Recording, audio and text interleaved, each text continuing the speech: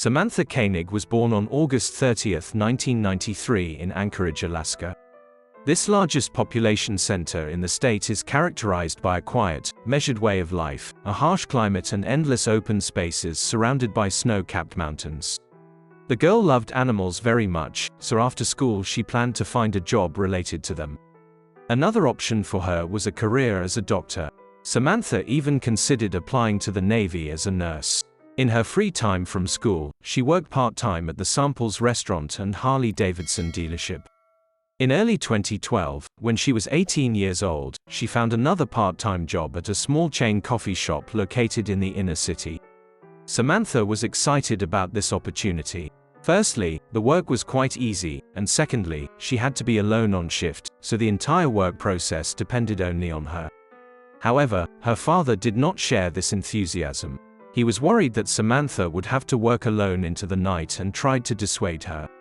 But ultimately, the father supported his daughter's decision on the condition that he would pick her up after each shift. The girl also assured him that the coffee shop was full of cameras and even had a panic button to call the police. Even though the coffee shop was located in the center, it was a fairly deserted area. Like much of Anchorage, the city has a low population density, so even in the central area you can see empty streets. In addition, during the winter in Alaska, daylight hours are short, so Samantha had to work a lot in the dark. Samantha loved the job and quickly got the hang of it. By early February, she had been working there for a month. On the first, the girl, as usual, was preparing to finish her shift at 8 in the evening. 5 minutes before the coffee shop closed, a customer came up and ordered a large Americano. Samantha prepared the drink and turned to the window to hand it out to the customer. He took the glass and immediately pointed a gun at the girl. An unknown man in a ski mask said he was going to rob her and demanded that the lights in the coffee shop be turned off.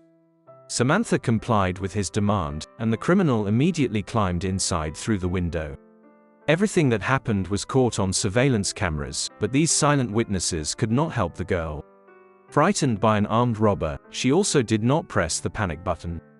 Once inside the coffee shop, the criminal tied Samantha up and asked where her car was parked. The girl replied that she did not have one, and added that her boyfriend would come for her any minute. Then the man took her outside and headed to his car. While he was looking around, Samantha was able to break free and started to run, but the criminal quickly caught up with her and grabbed her. Unfortunately, there was not a soul on the street at that moment, so no one could help her. The man said that if she tried to escape again, he would kill her. He then walked the girl across the road to his pickup truck and put her in the passenger seat. The criminal had clearly prepared in advance, since the registration numbers had been removed from the car. While he was driving her in an unknown direction, the man said that he just wanted to get a ransom from her family, and after that Samantha could go home. He still did not show her his face, which was hidden by a ski mask. Throughout the journey, the girl tried to convince him to let her go and said that her family did not have much money, but the kidnapper did not listen. At one point, he asked Samantha where her phone was. The girl replied that she left it in the coffee shop, and this infuriated the criminal. He needed the phone to implement the ransom plan.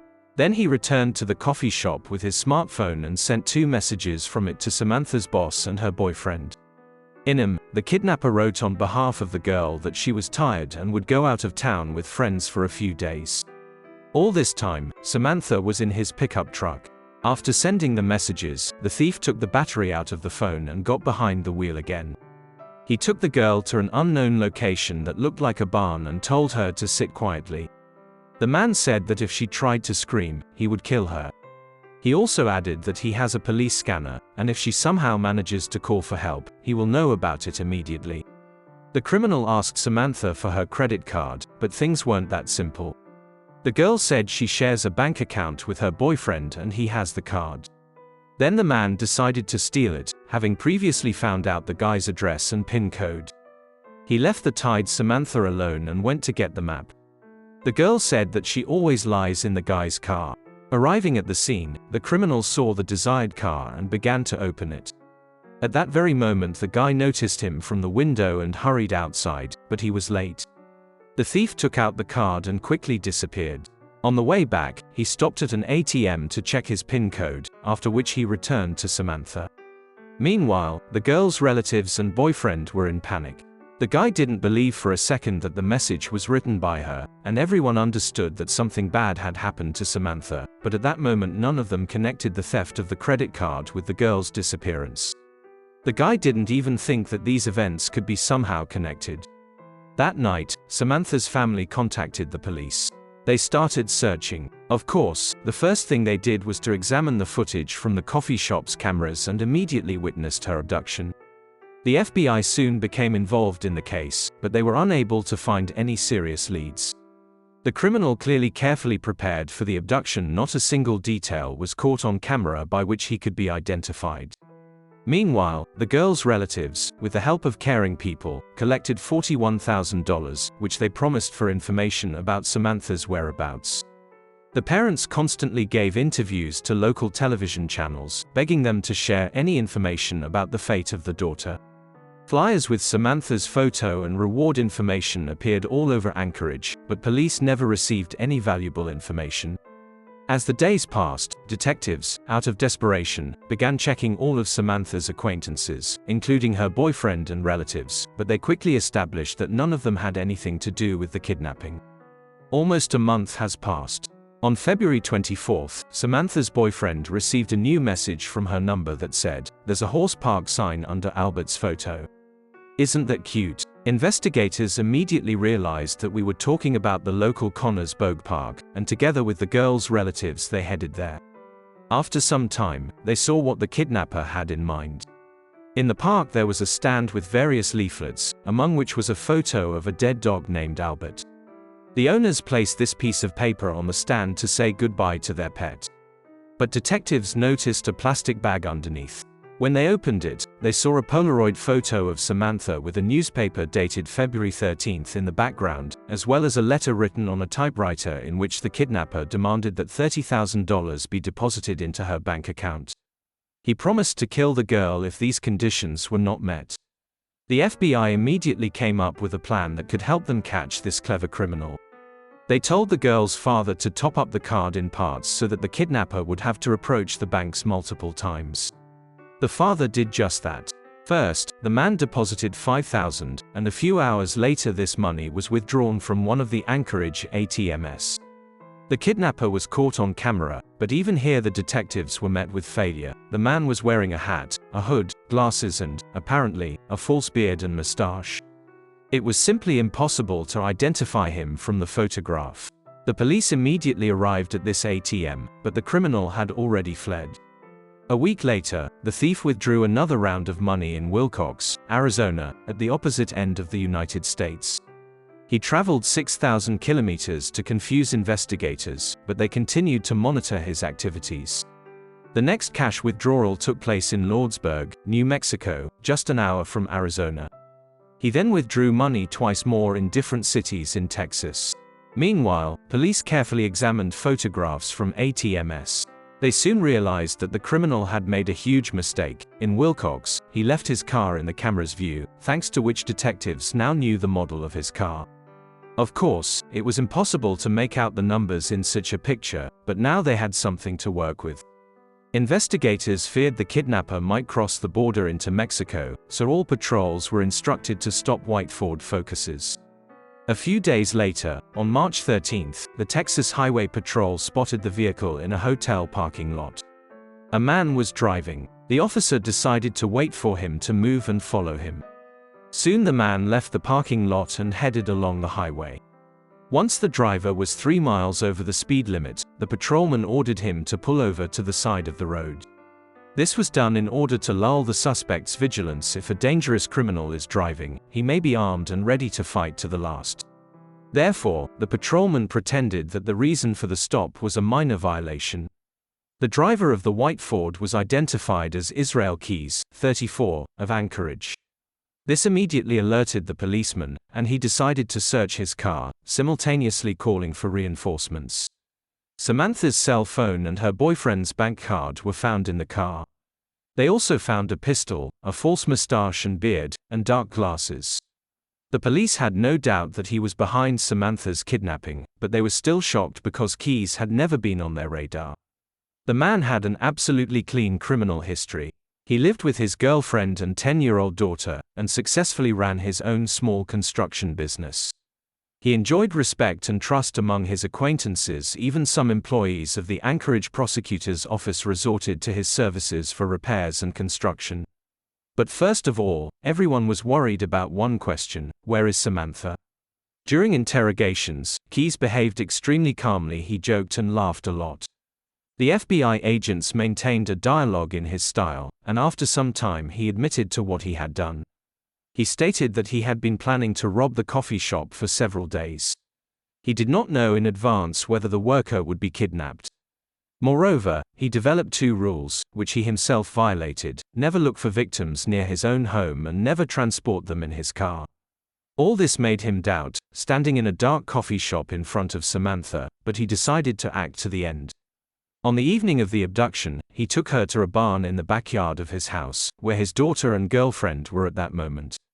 The criminal turned on the radio in case his victim tried to scream, and drove off to get the bank card. Upon returning, Israel quietly entered the house, trying not to wake his family, poured himself a glass of wine and went to the barn. There he abused and killed Samantha. But what about the photo that was found in the park?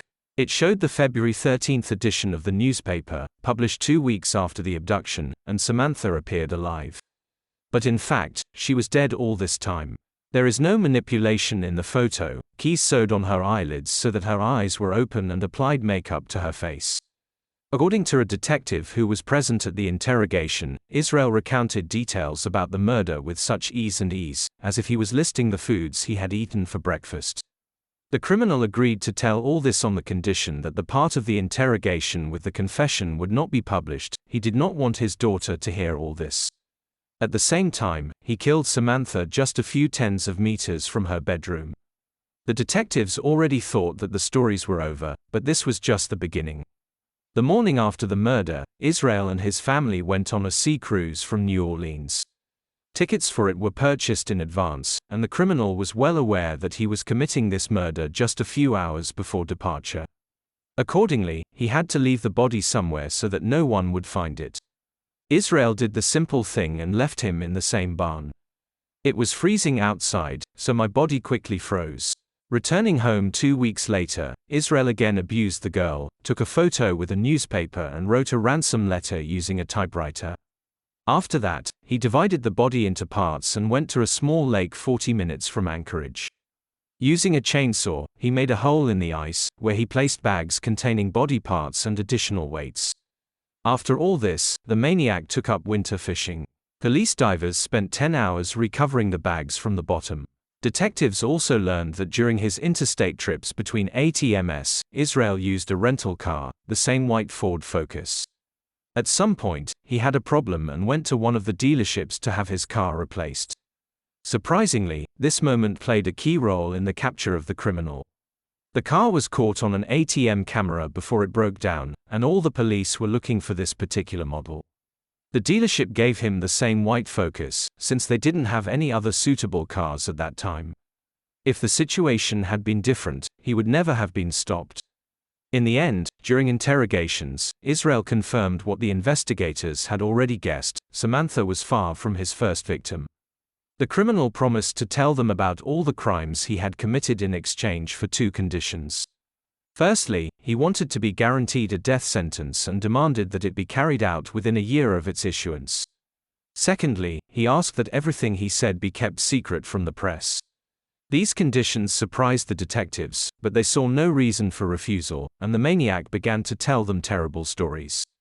Israel began committing crimes from early childhood. He climbed into other people's houses, stole, started fires in forests and tortured animals. His parents were deeply religious, but they professed very dubious and unpopular branches of Christianity. Due to his parents' constantly changing religious preferences, they regularly moved throughout the country. At the age of 20, Israel joined the army, where he spent 3 years. A few months earlier, he sexually assaulted a random girl after spotting her in a park in Oregon. During interrogation, Israel said that he wanted to leave the army as soon as possible so that he could start killing. Once at the age of 23, he began his killing spree. Israel has made weapons caches in the forests so that at any time it can go there and start looking for victims. Police discovered 2 such caches, in Anchorage and New York. Inside were money, knives, guns and means of disposing of bodies. Over the following years, he regularly went hunting in different states, but the exact number of his victims is still unknown. The FBI was only able to pinpoint 5 of them, but detectives believe he committed at least 11 murders, and these are just the cases in which many factors point to his involvement. In total, the number of murders could have been about 30. In addition, Israel robbed banks, shops and private homes in order to always have enough money to buy weapons and travel. In his hiding places, discovered after interrogations, impressive reserves of cash were found. Despite all this, the man never came to the attention of the police, with the exception of one case. During those interrogations, he denied his involvement, but the detectives did not believe him. On March 3, 1996, a 12-year-old girl named Julie Harris disappeared. Israel Keyes, who was 16 at the time, lived in the same area. Police became suspicious after a witness was found who saw Julia near Keyes shortly before her disappearance. Only a year later, the girl's remains were found in the river, and her killer was never caught. During interrogations after the murder of Samantha, Keyes denied his involvement, but investigators were again in no hurry to take his word for it. However, they did not have any direct evidence. In a conversation with FBI agents, Israel admitted that he had been studying serial killers since childhood. His idol was Ted Bundy, and the maniac wanted to be like him. He felt no remorse for his victims and happily talked about how he managed to lead 2 completely different lives. On the one hand, he was a decent family man and businessman, and on the other, an inhuman killer. The only thing that gave any hint of any feelings was that Keyes asked detectives to hide the details of his crimes from his daughter.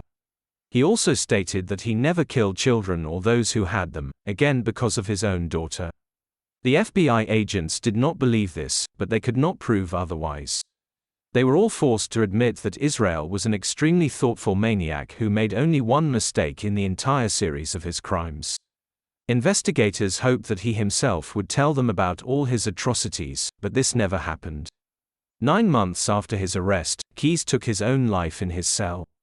Despite the fact that FBI agents had spent hundreds of hours interrogating him up to this point, he had kept a lot from them. Under the bed in his cell they found 11 drawings depicting skulls. It is possible that each of them symbolized his sacrifice. Photos of these drawings were published only in 2020. Thus, Israel Keyes can be considered one of the most cruel and thoughtful maniacs. He managed to maintain an impeccable reputation, committing dozens of different crimes, always getting away with it. If he had not left his car in the camera's view, he might never have been caught. Investigators had no doubt that in this case he would have continued to kill. Keyes said he saw the meaning of his life in murder and planned to continue hunting people until he was caught. Share your opinion in the comments and don't forget to like this video if you liked it. Thank you for watching.